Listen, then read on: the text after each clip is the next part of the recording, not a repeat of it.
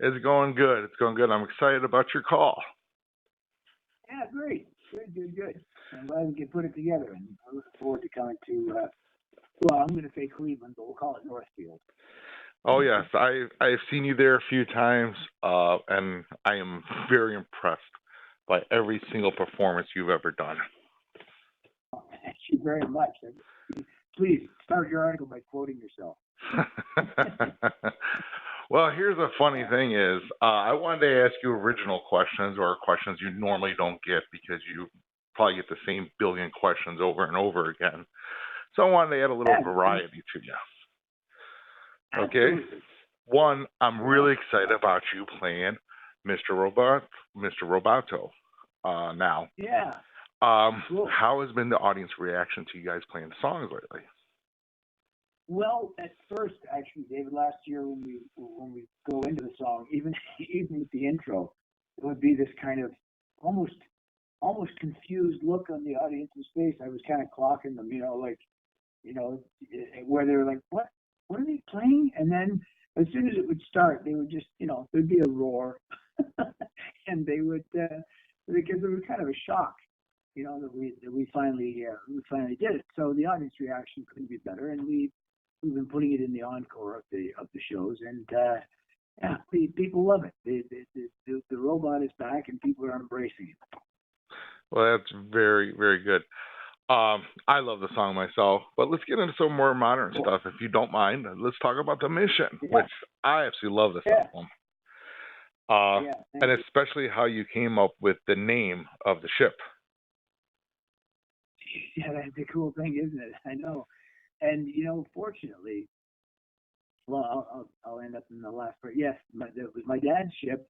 That ship was the Key Dive was built in Tacoma, Washington, right just before the Second World War, and it was commissioned to the Royal Navy, British Royal Navy, for the duration of World War II, and that's how my dad came to be on that ship. It was he was on it around the world several times, um, and mostly stationed in the Pacific, yeah, in the Pacific region of the war. Although he did get into he eventually got into the Mediterranean as well. But yes, I began playing that piece as an intro into Pieces of Eight a couple of years ago, and Tommy just remarked, in fact, I introduced it one night, said I'm going to call this piece Key Dive, mainly because I'd been playing it from my dad. He was in an assisted living home, and I had a piano set up in his room. And one night I hadn't named it, and one day he asked me, "What's that called?" And there was a picture of his ship on the piano. I said, "Key Dive." He goes, "Oh, that's very appropriate." So before my dad left the planet last year, I was able to bring him the Mission, the album, and show him the album cover, and show him that the name of the space capsule in our fictitious story is the Key Dive, and he was kind of thrilled by that. It was great. He said, "That's very appropriate."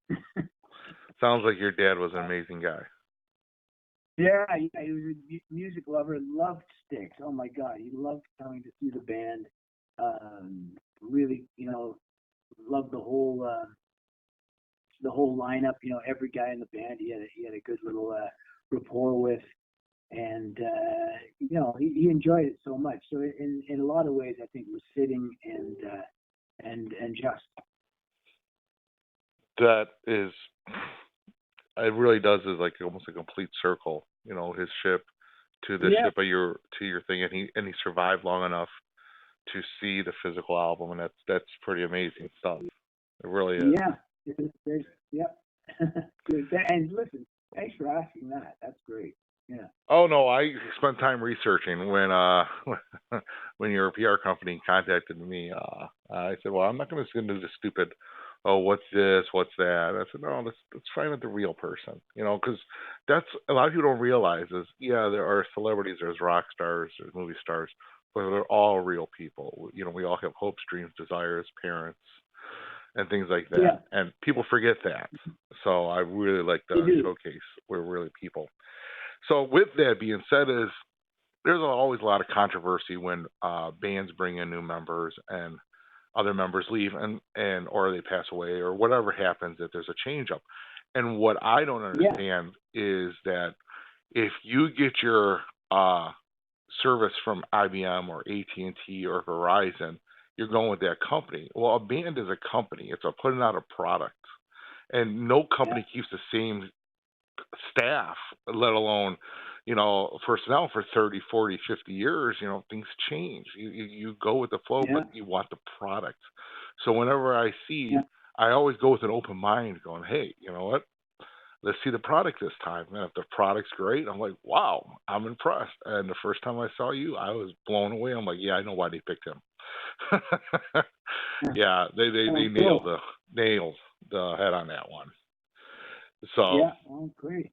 Thank so you. uh, Well, with that, yeah, we have a question, a what if question. Say you won a trip to the space station, okay, and you're going to be off the really, planet for 2 weeks, okay, all right. yeah.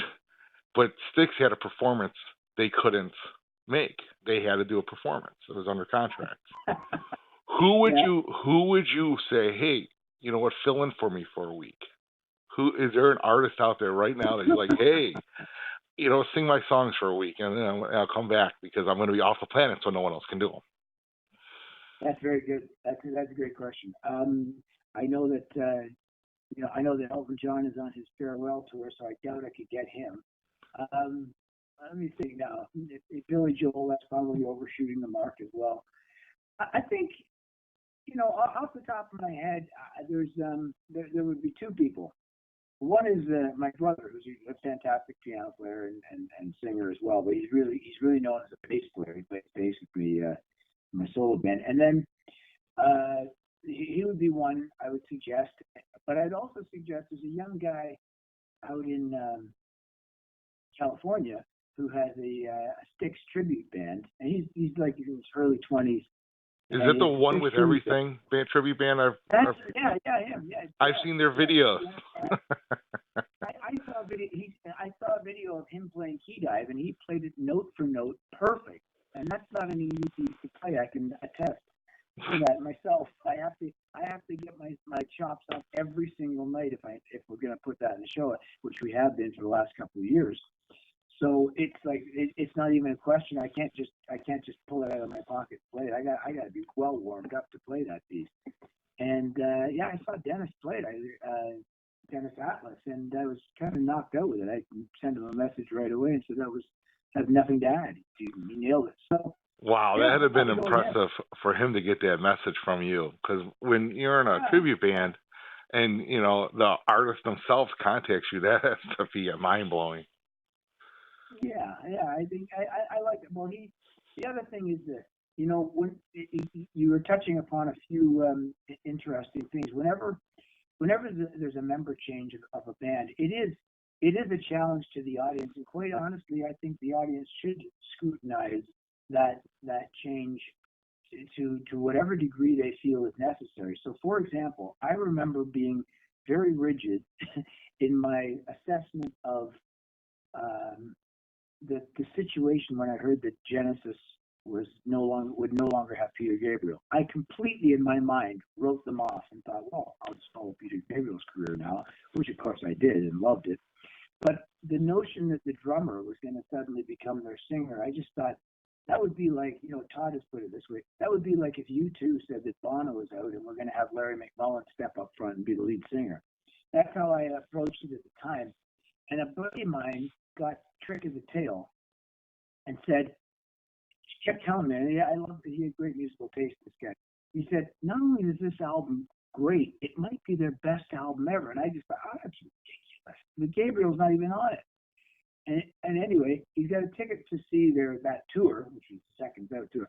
And he says, you should come. He says, I got an extra ticket. You should come. And I'm like, I've seen him with Gabriel. I don't really want to see him without Gabriel. I went to the show, and then that was the night I found out that Phil Collins was Phil Collins. Yeah. you know, Up until then, I just thought he was a very good drummer and a good backup guy. But oh my God!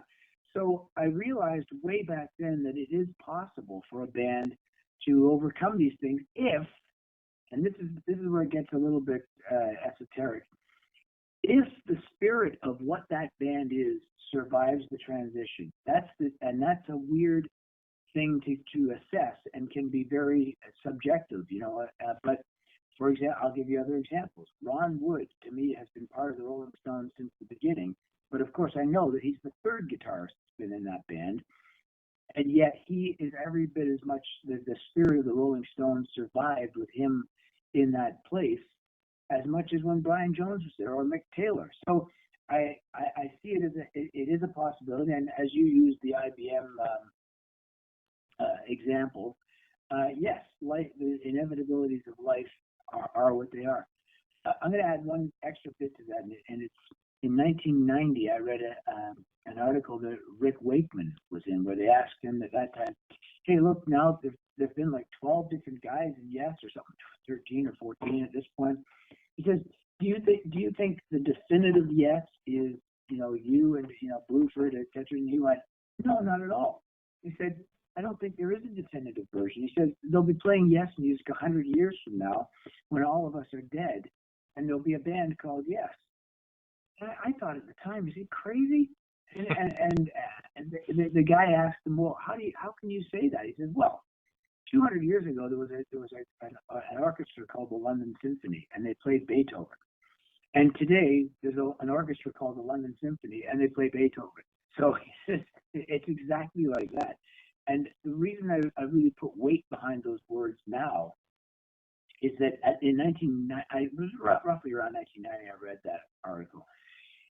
Back then I still was under the illusion or the delusion that this music was very transient. That it was pop. It was all part of the pop movement. Whether it was progressive rock or whether it was blues or whatever, and that it was very disposable. Well, that notion has proven to be entirely incorrect. Rock music is the great musical statement of the last half of the 20th century, as valid and as vital to what that period of music is, as we can say jazz was to the first half of the 20th century. It was a new music that was invented that people still love. And last night and the night before, I look out at the audience, I see people that are under 30 years of age loving it and weren't even born when the biggest classic rock albums were made. And so that's why a band can withstand the changes in members, and it really comes down to the audience as to whether they accept it or can accept it or feel that it's not as good or it is perhaps even better than it was. Who knows? Oh, well, I can't tell you that you guys are like a fine wine when you perform. It wasn't like a 1 year vintage. This is like amazing vintage, and it's like literally music for the soul. I mean, the way you guys perform is you make the audience feel like they are the only one in the audience. It might be a crowd of 5,000, but the personalities come through everything. The camaraderie on stage, and your balance on top of a keyboard. How do you stand on a keyboard?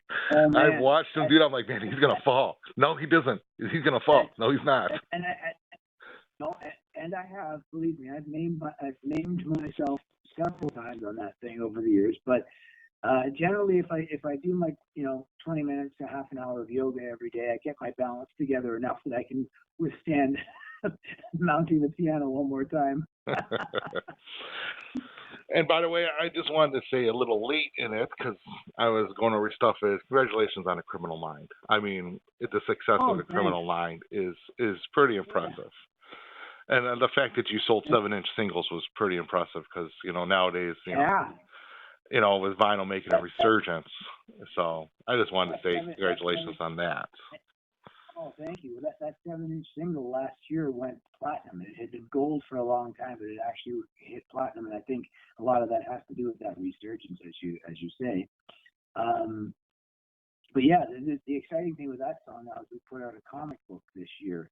Oh, really? I've worked a lot with the comic book industry. Tell me about that, please. Yeah, there was a online you see sometimes fan art. This fan art becomes so good. Yeah. So there was a young lady in Winnipeg who, for a couple of years I'd seen her. She mostly did drawings of Rush and Gowan and myself, and they kept getting better and better to the point where I thought, God, these are so bloody good. It'd be nice to put if I was doing it if we were ever doing a tour program again. I'd love to have some kind of animated rendition in there. And then one day she puts on a great drawing that she'd taken from one of the frames of the Criminal Minds video of where I'm up in front of the judge's desk. And that drawing was so good. And suddenly people were like, a lot of people had liked it and mentioned it. I contacted her and said, this is so good now that why don't we do a comic book together of the whole? I've been wanting to do it for years, but you've really hit the right look. And she was really happy. She's only 24 years old. So again, there's another example. I'm like, you're 24? How did you even know this song? So it's amazing how it crosses the timelines now. So we worked for about a year on putting the comic book together, and we just put it out earlier this year. Oh wow! Did you self put out, or did you put out through one of the comic book companies, or? No, it's through our music publishers. You see, the publishing's owned by Anthem Publishing. I was with the same company that managed and published Rush. So Anthem, it's under their publishing because the centerfold of the comic book is the sheet music for piano and guitar of Criminal Minds. So you get this kind of extra. Wow, that's pretty cool. Yeah, so it's a fold out that you can just set up on the piano or on a music stand and play the song, because the song is what the comic essentially is. Wow, that is original. I've never seen that before. That's pretty great. Yeah. What is next for Lawrence? How's that? I know they've got to go into this, but what is going on next for you? Okay, so what's upcoming? We played tonight in North Carolina here. Last night we were in Mississippi, and the night before that we were in Texas. So we're on the road, moving around like crazy. The exciting upcoming thing we're rehearsing now is we got 2 nights in Long Island, New York, in November, where we played The Mission in its entirety, and then we have another one in Boston where we play The Mission in its entirety. So rehearsals are intense. We did it in Las Vegas in January of this year, and it went so well. It was a sold out night, and really focused all the visuals on that album, and then we came out and played some of the greatest hits of Styx, and so we got those coming up. So that there's intense rehearsals going on each day for that, and then after that I have another 9 to close out the year. I play 9 Gowan shows in the province of Quebec. So it's time to reacquaint myself with the francophone audience of Quebec, where I had a lot of success as a solo artist, and we're doing 9 shows there. One of our other writers lives in Quebec, covers that region, so I'll give him a reminder about that one. Please do. That would be great. He gave me a present, because I'm American and he's Canadian. He gave me a present to an American, and it's a red ball cap with white lettering. It says, "We're Canadian. We're already great." Oh, I see. Okay, yeah. A little bit of humor there. So Canadians making fun of us a little bit, but that's fine. I saw one in a Halloween store the other day that just said "Great again." That's all it said on it, was "Great again." But definitely with Canada, and American and Canada has a wonderful relationship. I mean, it's like, especially how close we are together. Well, the longest undefended border on planet Earth is between Canada and the U.S., and that has to remain as it has been for as long as possible, because that's been the key. Even when there have been disagreements over the past, and it still remains the longest undefended border, and that there's really something to that. When you look around the world and just see the lengths that people have to go to get along with their neighbors, I just think that we have all the same cultural references between the two countries, and so it's inevitable that we get along. And now the U.S. I mean, they're equal to it and sometimes surpass our hockey talent. So that's, although on the one hand that's a bit of a pain in the ass, it's also a binding thing that I think will go on for centuries to come. Well, Lawrence, I look forward to seeing your show next week. Well, this coming up Great. week, and I will be there for Yeah. sure. And I am looking forward to hearing about the upcoming Quebec shows for your solo Yep. band. Um, Yep. And I want to say thank you ahead of time from NEO Examiner, and we will be just like supporting you and the band 100%. Thank you so much. That's coming up on the 10th, so we'll see you there. You have a great day. Thanks again. All right, David. Great questions, man. All That right. was a good conversation. Bye. Cheers. I know.